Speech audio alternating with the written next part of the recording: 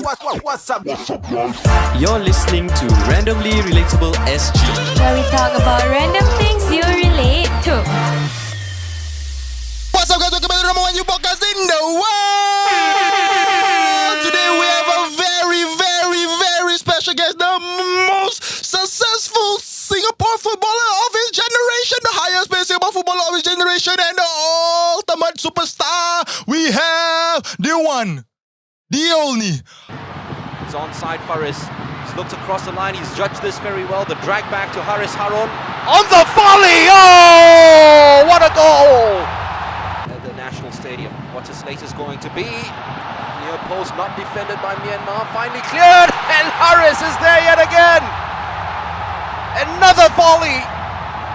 Hariss Harun. Thank you so much for being here.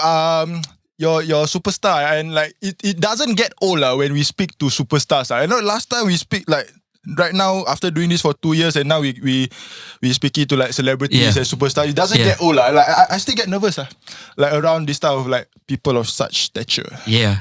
So thank you so much for being here. Please introduce yourself a bit. Hi guys, I'm Hariss Harun, and thank you for having me. It's my pleasure to be here, and hope you have a good time. Yeah. All right. Very, very humble guy. Very, very humble guy. Yeah. So today we'll be having a conversation with Hariss Harun. I mean, like, it's a honor to have the national captain here with us today, lah. You think later we can ask autograph you will give? Photo Do you normally give autographs? Do people ask for autograph? If you request, I will, of course. Alamak, share bought jersey all lah. Alamak, confirm can sell, sah. Don't say now lah. Just purposely say, we giving giveaway. We have 5 jerseys. All you keep. Yeah lah. So it's an honor to have him on the podcast. He's our second footballer that we've had on the podcast, and it's a different feeling now because like we're in a different place today. We're in a different place today. Special thanks to PSB Academy for letting us use their studio. So the first question is No, maybe just tell us a little bit about your career as a footballer and how did you even start this? We know that you've been a footballer since you were 16, right? He's been footballer since forever, but then he debuted at 16. Yes. And how did it go? Because people don't see football as a career. And like in Singapore, they don't see football as a like, oh, you're a footballer. Like they're like, but you changed the game, You like I don't know the recent like the last few years all the footballers like they played for international clubs and all, so like they just changed the game totally. So back in my day, I'm younger than all of you. Like last time, like when I used to watch, last time it was called S League. Last time it was called S League. I used to watch Woodlands Wellington.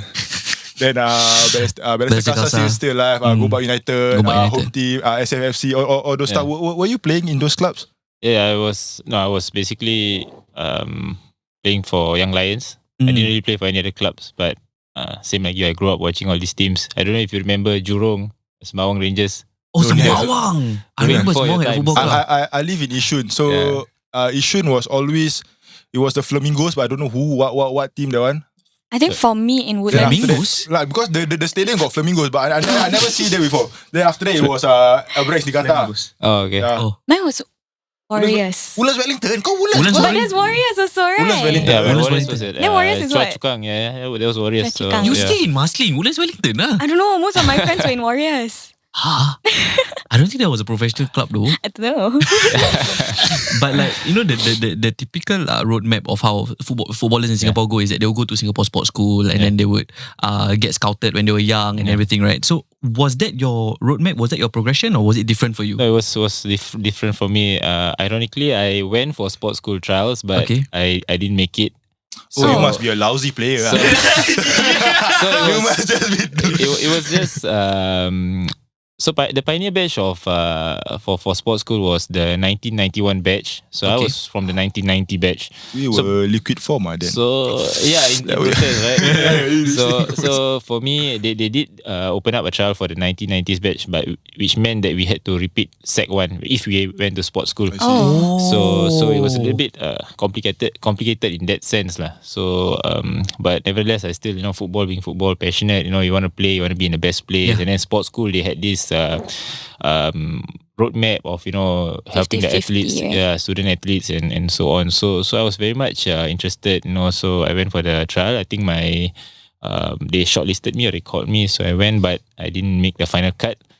And I went down the usual route. Secondary school. I went to secondary school and then poly and yeah. In secondary school, were you captain of your football team? Yeah, it was for certain thing in B division, like in my upper sec days. Yeah. Okay. Then when after secondary school, where do you go to? But he debuted at 16, but 16 sec 4. That's why I want to know, like, it was my sec 5, 16 turning 17, yeah. So when were you scouted? When were you like, when did the national team like, hey, this guy can play football, but he's not in sports school? Like when did that happen? Because right after sports school, I think I went to NFA, the National Football Academy. It was under FES then. So that was where I was with the youth team for 3 years. And then after that, the national coach spotted me and he called me for the under 23 team. Oh, at 16, yeah. Wow. So yeah, I was with the under 23s, and then before you know it, the next year I was called up to the national team. Yeah. That's insane, yeah. For NFA, right? Were you scouted or did you audition? Trial. Ni bukan musical lah. Did you go for trials? So yeah, I did. There was a trial to select the team. So yeah, I made the trial. I mean, I made the team, and we had a big team, youth teams. We have a lot of players and all that. And of course, naturally, as you go towards professional, players start to drop out and stuff like that. So just grateful that Just a question, before I ask the question, I just want to know that I respect you as a player, but me as someone who doesn't know a lot about sports, doesn't know about the football scene in Singapore, just curious okay?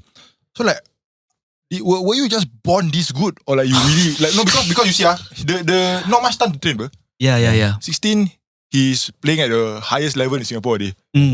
So maybe he start playing at 10 or 6. I don't know. Kindergarten. I don't know. Kindergarten. He start playing, and then how were you just good or you train a lot? Last time if you watch some motivational video, they say Cristiano Ronaldo come training 7 a.m, leaves at the last, always kick the same kicks every single day. Or so that stuff. It's either like you're a Ronaldo or you're Messi, because Messi is naturally talented, and then Ronaldo is a hardworking guy. So no, I think it's a lot of hard work and dedication, definitely. I mean, obviously when I was young, I started playing as much as I can remember. I think when I was 6, 7. Oh, see, you were right.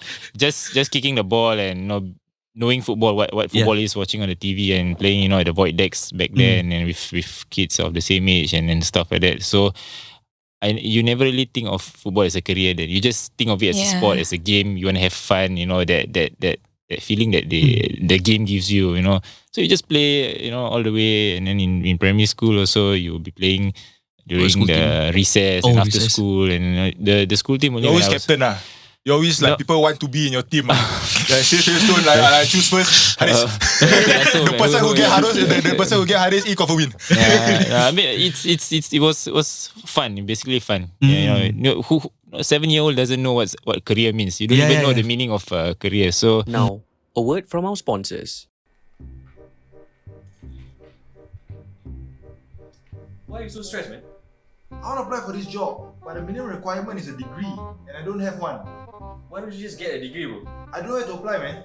Have you heard of PSB Academy? PSB Academy? PSB Academy has a rich history dating back to 1964. They are a trusted education provider, and their mission is to provide you quality, accessible education that nurtures and shapes you to achieve your personal and professional best. PSB Academy's network spans across Asia. They strive to inspire you to discover the value of learning, take pride of their presence in China, Myanmar, Indonesia, and Singapore. PSB Academy will be having a Coventry University week from the 8th to 13th of November for you to explore the experiences and courses that they offer.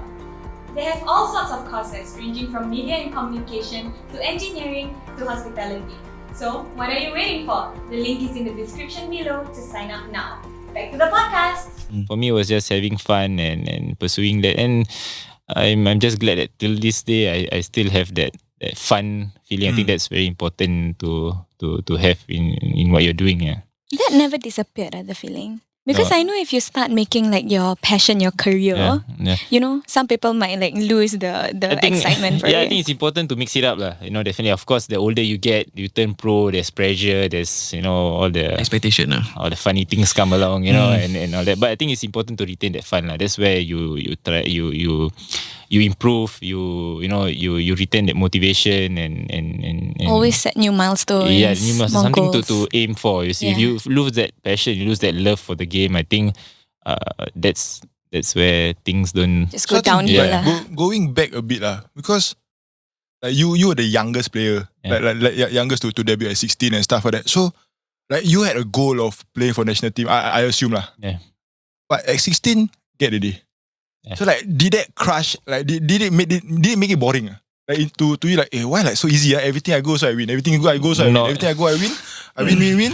16 national, like playing for nationals already. I'm at the highest level. Like, what was that feeling? Like you have that goal, but it took so fast to achieve it. Yeah, so that's the thing. This is the iceberg theory.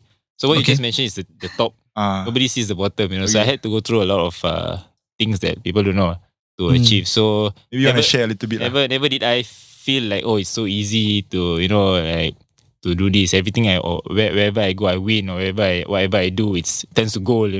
So I had to go through a lot of things which actually taught me a lot of to be determined and to persevere in what I do. So I think that helped me in my football and of course now, or when I was younger in my studies to pull through, and now that I'm studying again to it helps me to keep going, to keep on going. At the age of 16, 17, being among like the big professional players you already had in your mind that I had to be you had to learn from these people, and then eventually you became the captain of the football team, which is now the captain of the national team. Do you have any examples of more model people that you follow? Like any people you model after, look up to? No, not really. I mean, of course, we had a few strong characters in the team when I went into the national team. Like you mentioned before, the 2017 when we were wearing blue. There was a lot of strong characters in that team. Like Aidi Skandar, Subramani, Indra Shadan was there, Alam Shah was there. So these are all big players. And I went into the team right after that campaign when they won. So it's just to be amongst these players was overwhelming for me. But these were the players that I watched at the terrace in the old Kallang Stadium. I was celebrating, taking my shirt off. As a fan, I was going crazy. And then within a year, I was in the same dressing room with them, coming in with my school uniform. I was like, what school uniform? Yeah, because I was in Sec 5. So in my first year in national team call-up, so I had to come directly from school. And so it was was there any ragging as a youngest player? No, serious. Lucky for me, that was legit your boys, like I was a boy amongst men. So I was walking in. I think it was a little bit new for the older players to see this guy with pro footballers. You're national team. You're coming in your own attire from home, but I was from school in my school uniform. I wasn't even in poly yet, so it was something new for the team. But the guys were very nice. They're good characters. Lionel Lewis and Bennett. These guys were fantastic with me. They knew that I was young. They didn't give me a hard time in terms of off the field, but of course on the field it was a learning curve for me. I have a question about being 16 years old and in the team already, right? At that point, right, did you feel like you could stop studying because you've already made it to the point that you wanted to be at, right? Yeah. So like at that point, you were just like, I don't need to study anymore. Honest. Just be a footballer. No, actually, I know you try to filter something, but I will appreciate just share with us. No, actually, it was to be honest. I didn't feel, because I was so consumed or occupied with my school, because I was doing my O level when I got called up in. Kalau aku just drop out seduk. So yeah, I mean also I think my upbringing at home was very important. I think my parents emphasized a lot on my academics, so there was a lot of negotiating. You want to play football, you better study and all that. There was a lot of emphasis on that So that kind of was in my early days was motivation to finish my O level. And my teachers in school also helped, in terms of keeping me on track and helping me. I the second half of my year in 2007 where I did my O-level was a lot of travelling with the national team. I went to Barcelona for trials and then national team, and then I missed my prelims. The school allowed me to miss my prelims. Oh my god. So which They never threaten you. If you never study well, then we won't let you go your Barcelona your trip. whatever they stuff, were actually quite reluctant, but I had support from my teachers. So I mean, they were confident that I could mix both up and They saw your potential lah. yeah, they saw the potential. But of course, me being me, I wanted to play football. I defied some orders. There was a deal with the school or with my form teacher not to play a particular S-League match because my first year in S-League then for the Young Lions. So I went behind my teacher's back. I went to play, and then I scored in that particular game. It came out in the papers. And then, so it was tricky situation for me. And then she came to me. She was disappointed. Why do you play and all that? And you scored. and, but I said, sorry, ma'am. I just wanted to. I just play. good, Just too good. But she was genuinely disappointed in me, because I went behind her back, and so these kind of things inside of me, I was like, okay, I cannot disappoint her, on top of my parents, because she gave a lot of hours to me in terms of helping me after school because I was traveling and blah blah blah, so the reward will be my results, for teachers. So in the end, I didn't do too bad, but not too well. I did enough to go to poly. So I think she was very happy for me. Yeah.